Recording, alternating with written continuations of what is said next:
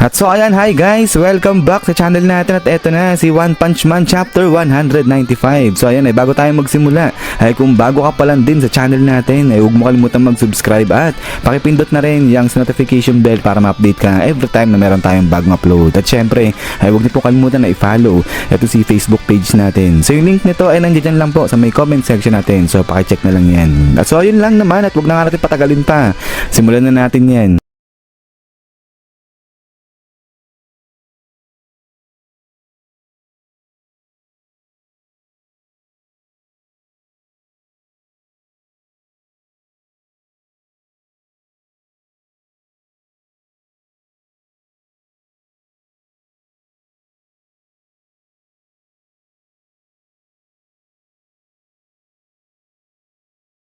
At so dito ngayon magsisimula sa building na to kung saan nagtago nga nagpunta etong si Sonic, at ang sabi niya nga dyan na alam niya na meron nga nagtatago dito kaya lumabas na nga raw sila. At so dito labas ngayon etong dalawa, silip sila at sabi nga nila aba ang lupit nito ni Sonic naramdaman niya. At ito nga sabi nga ni Sonic, kayo na naman, sabi niya ganyan. At then after nga niyan ay dito baba etong dalawa at ang sabi nga nila dyan na sige, change of plan, instead na tapusin nga raw nila sabay-sabay yung grupo na yon, ay ang gagawin nila ay one at a time na nga lang daw, sabi nilang ganyan. But then suddenly ay dito bigla may umatake sa dalawa at eto nagulat ngayon etong si Sonic dyan. At then pagkatapos nga niyan ay labas na etong dalawa. So eto sabi nga ito patawa raw etong dalawa na to at ito salita sila at ang sabi nga nila dyan nasawang-sawa na nga raw sila sa pagwawala ng dalawa na to, kasi ang utos lang pala dito sa dalawa na to kay Hellfire saka kay Windgale na bantayan lang nila si Flashy Flash at saka si Sonic, pero itong dalawa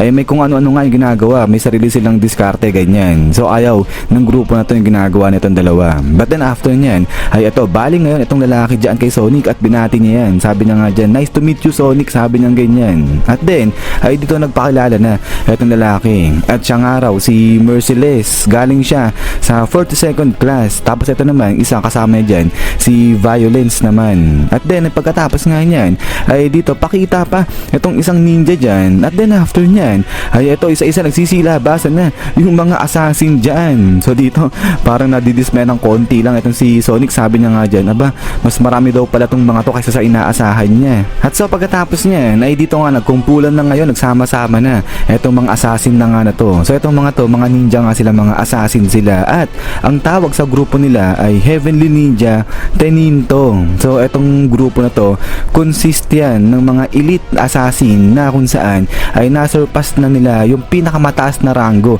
ng ninja. So ito nga yung tawag sa kanila, sa grupo nila ay Teninto. At ayun pala, etong mga to, yung bawat membro niyan ay galing sa iba't ibang class. So si Sonic galing diba sa 44th class. So itong mga to ay galing nga sa iba't ibang class. But anyways, ay dito salita na etong si Sonic at ang sa loob-loob na nga dyan ay hindi lang daw puro salita etong grupo na to, kasi nakikita niya na talagang skilled yung bawat members niyan. At sa pagkatapos niyan ay dito tingin na etong lalaki na to dyan nga kala Windgale at sabi nga nila dyan, sige kayo, paano naman kayo, sabi niyang ganyan. At then after niyan ay dito nga salita na etong si Windgale at ang sabi niya nga dyan na etong mga to, gusto ba nila yung ganyan na nagre-rely sila nga sa quantity o sa dami ng mga membro nila. So masaya daw ba itong mga Heavenly Ninjas na to, itong mga Teninto sa ganyang strategy nila na nagre-rely nga sila sa quantity para makapaghigante. So yun nga kasi gigil na igil lahat yan kay Flashy Flash. But then ay dito nga nagalit etong sila Merciless, etong sila Violence, kasi nga parang minak ni Windgale itong grupo nila. At then after nyan ay dito parang binalian ng buto etong sila Windgale ata dyan. But then ay dito tingin-tingin lang itong si Sonic at salita siya at ang sabi niya nga dyan na ipinagbabawal ng village nila yung pakikipag-socialize nila doon sa ibang mga kasamahan nila. Kaya hindi raw inaasahan ni Sonic na may ganitong klaseng organization pala na nabuo. But then ay dito nga salita na etong si Merciless at ang sabi niya nga dyan, simula nung na-destroy na itong Shinobi village nila nila ay iniba na nga raw nila yung kanilang way of thinking. At ngayon ay nagsasama-sama nga raw sila at naghihintay at nagpe-prepare para sa isang certain plan. At ang tuloy na ngayon dito na dumating na nga yung tamang oras at finally yung lalaki na yon na-awakened na rin siya sa wakas, sabi niyang ganyan. So kaya nga dahil dyan yung mundo ay mataturned upside down na nga raw yan. So kaya nga dito nagulat itong si Sonic dahil nga dyan sa narinig niya. At then after nyan ay dito pinakita na nga itong lalaking tinutukoy ni Merciless. At itong lalaki na parang halimaw na to, yan pala yung founder nga dyan sa may Shinobi Village. At ang nangyari dito, naglaban silang dalawa pala nito ni Blast at tinalo ni Blast itong si founder na yan. At ang nangyari ay nawalan ng consciousness itong si founder at nakomatose yan. At ngayon,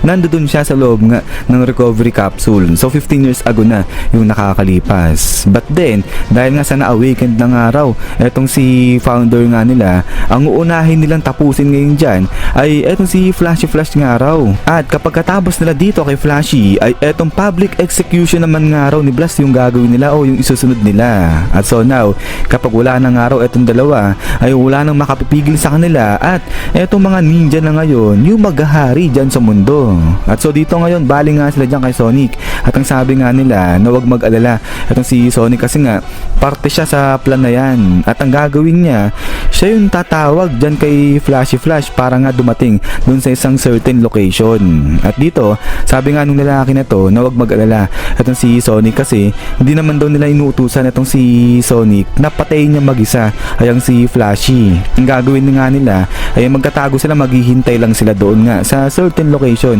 kung saan pinapapunta itong si Flashy. Tapos salita itong si Manong, sabi niya nga dyan kung pinapahalagahan ni Sonic yung buhay niya ay susundin niya yung mga ipinag-uutos sa kanya nito nung mga upper class niya o nung mga ano niya parang senpai ganyan. At so after niya ay dito alisa na nga itong mga heavenly ninjas na to, sabay biglang sabi na yung lalaki na yon tomorrow night nandoon din siya, sabi niyang ganyan. At eto nga tahitahimik lang dyan etong si Sonic. At then after nyan ay talo naman dito sa side na nila Saitama nila Blast. At eto nga ang gagawin naman nila ngayon dyan ay titignan nga nila yung experimentation patungkol sa pagse-separate na nung monster cells doon na sa mga tao. At eto si Blast nandiyan siya para nga raw mag-observe. At so now dito sabi nga ni Blast as much as possible gusto nilang malaman na yung way para nga ma-separate na yung monster cells doon na sa katawan ng mga tao. At then ay dito biglang napatingin ngayon itong si Siege dito sa halimaw, sabi niya nga dyan teka lang itong halimaw na to anong ginagawa dito niyan. At eto sagot itong si Flashy at ang sabi niya nga dyan itong kasi si Saitama at saka itong si Manako kung di na nagkakamali direct na lang nahawakan yung god at kaya niya sinama yan dalawa kasi ano sila mga precious sample sabi niyang ganyan. At then after nga niyan ay eto na nga tuloy ngayon dito sa pag-execute na kung paano nga gawin yung pagse-separate nung cells o nung monster cells sa mga katawan ng tao. So eto nga yung mga kumain ng monster cells kinuryente sila dyan at eto kuryente ngayon dyan etong dalawa. At so dito ngayon nod na itong sila Saitama at eto sabi ni Saitama teka lang yun yung mga kasama dun nga sa martial art tournament. So ito nga kasi diba yung mga kumain din ng monster cells para lumakas lang sila. Pero ayan biglang nagpanik yung babae, sabi nga dyan hindi maganda yung kondisyon ng dalawang kinukuryente kasi nga yung kanilang breathing at saka yung kanilang pulse ay nagiging critical na. So kaya yan sabi nga ni Siege itigil ka agad itong experimentation na to kasi nga baka hindi nila kayanin. At then pagkatapos nga yan ay eto bagsak ngayon